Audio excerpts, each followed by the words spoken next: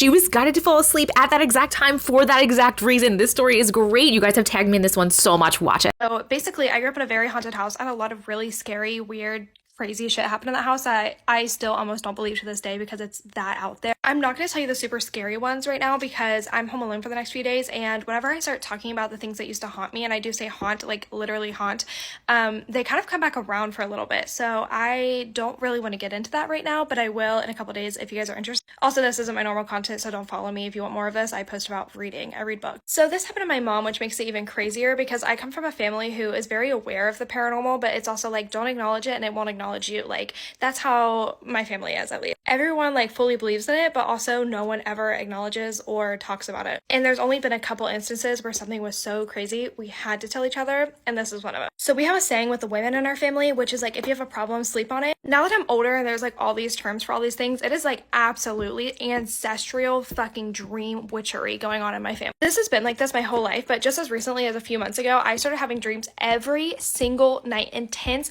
vivid dreams that I was pregnant. And this one night, I was so convinced I was pregnant at this point. I was like, please, I was like, if I have one more pregnancy dream tonight, then I know for a fact I am pregnant. That night, I had a dream that my best friend came up to me and I took a pregnancy test and she handed it to me and it was positive and she was like, you're pregnant. I woke up the next day and I was like, my best friend's fucking pregnant. A week later, she tells me that she's pregnant. Then she asked me like, well, what do you think the gender is going to be? And she hadn't got her results back yet. And I told her, well, let me dream on it. So I kind of meditated on it. I went to sleep, and that night I had a dream. I could tell you about the dream if you want to know. And it was a boy. And then she had her gender reveal. It was a boy. It was very lovely. But all of my dream witchery shit, I get from my mom, who gets it from my grandma, who probably gets it from her lineage all the way fucking back to Adam and Eve, I guess. But my mom had a best friend. I grew up with her. She was my aunt. I love her. I want to change her name in this story, so I'm going to call her Nora. So my aunt Nora and my mom were best friends for years and years and years, and they met when my aunt moved down from like a more northern state down to my mom's home state, and that's how they met and became friends. And every year my aunt Nora would go on a road trip back to her hometown to like visit all of her family. And my mom, she had this really icky feeling about her, and she was like, I don't know if like, obviously, like, you need to go, but just be careful. I have a really bad feeling about you driving up there. Just be safe and like call me when you get there, all these things. And my aunt was like, well, we make this drive all the time. We're going to be fine. But I know that you're kind of like witchy and you're kind of weird. So I'll make sure to be careful and I'll just call you when I get there. On the day that my aunt is driving up, my mom is like a workhorse. She is always working. She never gets tired. But this one day, my mom gets so incredibly exhausted. She's like, I have to go lay down. I have to take a nap. Like, I physically cannot stay awake. So she goes in her bedroom, lays down, goes to sleep, and she wakes up in the back of my aunt's car. My uncle's driving, my aunt's in the passenger seat, my mom's sitting in the middle back seat, looking up in between them. My mom's entire body gets filled with this dread feeling from like head to toe, dread.